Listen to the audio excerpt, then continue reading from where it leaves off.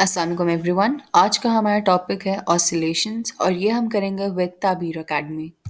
सो basically कोई भी regular periodic to and fro motion is called an oscillatory motion. So जो भी objects oscillatory motion से undergo कर रहे होते हैं उनको हम कहते हैं simple harmonic motion. Oscillatory motion की कुछ examples could be a loaded spring and a simple pendulum.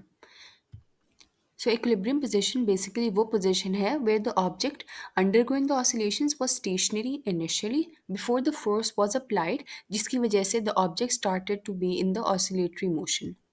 So at the equilibrium position we assume कि जो object की displacement है it is taken to be as a zero.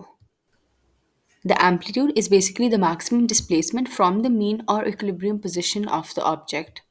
अगर एक pendulum अपनी one cycle complete करता है of its journey which means कि it goes from position 1 to position 2 and then back to position 1, then it will be called a complete cycle, and all the time that is taken to complete this one cycle will be called the time period. और इसका formula है t is equals to 1 over frequency, जहाँ पे frequency is basically the number of cycles per second और इसका SI units are hertz and they are represented as Hz. Now we look at some conditions of the simple harmonic motion. So an object will only be in simple harmonic motion अगर वो ये दो conditions follow करता है. So firstly, its acceleration should be directly proportional to the displacement from the mean position.